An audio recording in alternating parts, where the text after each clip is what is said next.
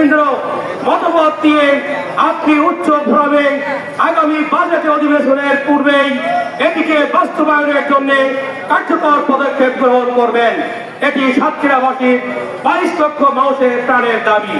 অতএব আমরা আপনার মাধ্যমে এই রেল লাইন স্থাপনের জন্য সরকার বাহাদুরের কাছে নিয়ম অনুযায়ী প্রস্তাব পাঠানোর জন্য আমরা সবিনয়ে অনুরোধ করছি। একই সাথে 4 লাইনের রাস্তা, যেই রাস্তাটি আছে সেটি অত্যন্ত ভগ্ন অবস্থায়, মানুষ সেখানে চলাচল করতে পারে না, প্রতিনিয়ত সেখানে হত্যাকাণ্ড পরিণত হচ্ছে, অ্যাক্সিডেন্টের মাধ্যমেই ছাত্র জনতার প্রাণ নাশ হচ্ছে।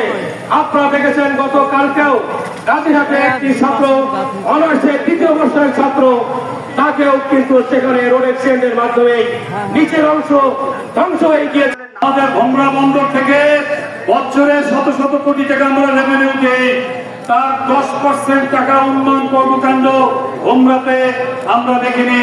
সাতক্ষীরা শহরে ইতিমধ্যে পৌরসভার প্রায় জার্মান সরকারের আর্থিক অনুদানে 300 কোটি টাকার নগদ পেমেন্টে 500 টাকা পর্যন্ত ক্যাশব্যাক আর লেনদেনে প্রতিদিন ডিপ ফ্রিজ এবং ঘন্টায় ঘন্টায় এসি টিভি সহ দারুণ সব গিফট।